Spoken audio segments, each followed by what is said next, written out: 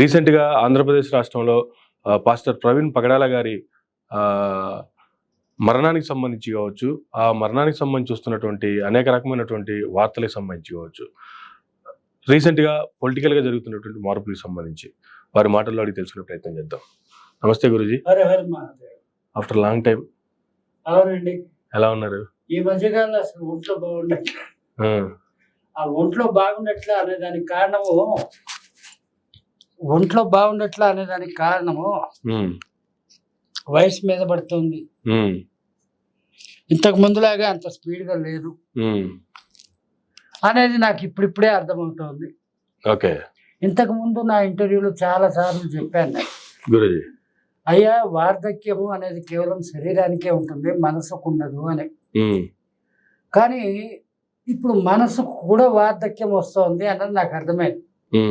అది దేనివల్ల అంటే బాడీలో ఉండేటువంటి మార్పులు అనేకం వస్తుంటాయి కదా, ఆ మార్పులే మనసు మీద ప్రభావం చూపిస్తుంది. ఓకే. ఆ ప్రభావం వల్ల అనిపిస్తుంది మనం కూడా ముసలోళ్ళు అయిపోయాము, తప్పదు, ఇది ఒప్పుకునే తీరాలి అని ఒక మానసిక సంఘర్షణ ఏర్పడుతుంది. ఆ మానసిక సంఘర్షణలో చిక్కుకుపోవడమే మనకు అర్థం కాని ఒక రకమైన మాయరోగం. ఆ మాయరోగంలో ఇరుక్కొని కొన్నాళ్ళు ఈ యూట్యూబ్ ప్రపంచానికి దూరంగా ఉన్నాను. ఎస్ గురూజీ, ఇంట్రోలో చెప్పుకున్నట్లుగా ఒక 3 భాగాలుగా మన ఇంటర్వ్యూ చేద్దామండి.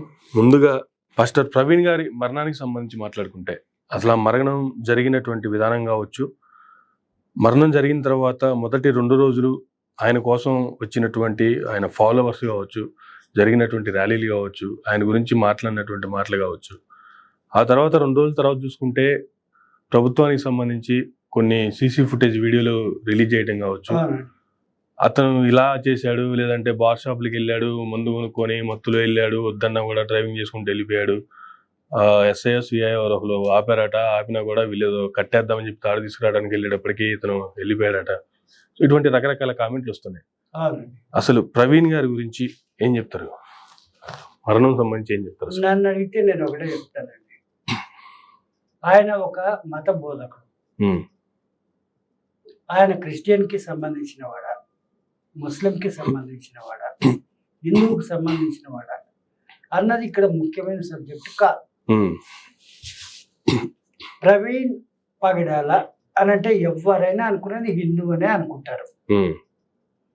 ఆయన హిందుత్వాన్ని ప్రశ్నించాల్సిన అవసరం మనకు లేదు. ఆయన క్రిస్టియానిటీని తోలనాడాల్సిన అవసరం మనకు లేదు.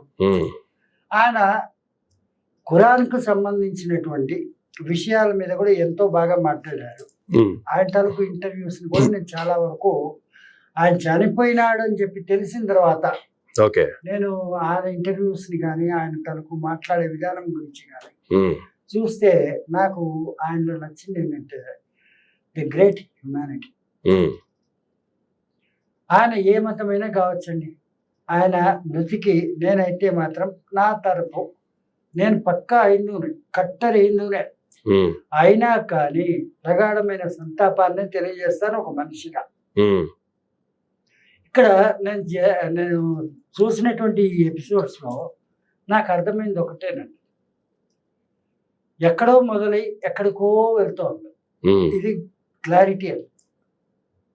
ఇప్పుడు ఒక మతాన్ని ఒకళ్ళు, ఒక మతాన్ని ఇంకొకళ్ళు, ఒకళ్ళని ఒకళ్ళు విమర్శించుకోవడం, ఫత్వాలు జారీ చేయడము, ఇలాంటివన్నీ కూడా ఎలాంటివంటే ఇన్నాళ్ళు రాజకీయాల్లో ఉండేది ఫ్యాక్షనిజం, ఇప్పుడు మతపరమైన ఫ్యాక్షనిజం మొదలైంది.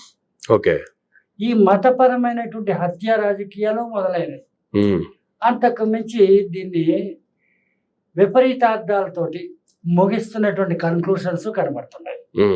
ఇందులో ఏది కరెక్టు ఏది అబద్ధము అని అనుకుంటే ఇక్కడ నేను చాలా క్లియర్గా చెప్తానండి. ఆయన మందు తాగుతాడని అనుకుందాం, అది ఆయన తలకు వ్యక్తిగతం, అది తప్పు పట్టడానికి లేదు. ఆయన ఫాస్టర్ కాబట్టి ఆయన మందు తాగడు అని అనుకోవడము తప్పే. ఒకవేళ తాగితే తప్పేంటి అని అడుగుతున్నాను నేను. ఆయన తరపునే మాట్లాడుతున్నాను. ఆయన్నే సపోర్ట్ చేస్తున్నానే అనుకోండి, తప్పేం లేదు. ఉమ్, ఆయన వ్యక్తిగతం అండి, ఉమ్, ఆయన వ్యక్తిగతం అది. కాకపోతే ఇందాక నేను చెప్పాను, తాగుమూతులకు సంబంధించిన ఇటువంటి ఒక సబ్జెక్ట్. ఉమ్, ఆ సబ్జెక్ట్లో మాదిరిగా ఒక పెగ్గు తాగితే ఒక లెవెల్, రెండో పెగ్గు తాగితే ఇంకొక లెవెల్, మూడో పెగ్గు తాగితే ఇంకొక లెవెల్, నాలుగో పెగ్గు తాగితే ఇంకొక లెవెల్. ఉమ్, కిక్ అన్నది సహజం అండి. బీ ఇన్ లిమిట్స్ అంటారు.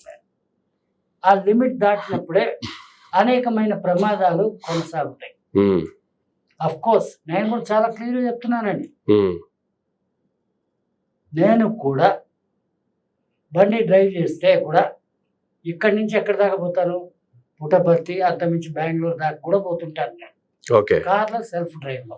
ఉమ్, నేను కూడా మందు తాగుతానండి, ఉమ్, కాదని నేను అన్నాను. ఉమ్, కాకపోతే ఇందాక నేను చెప్పానే, ఆ టైం లిమిట్ ఉమ్, మెయింటైన్ చేస్తాను. ఓకే.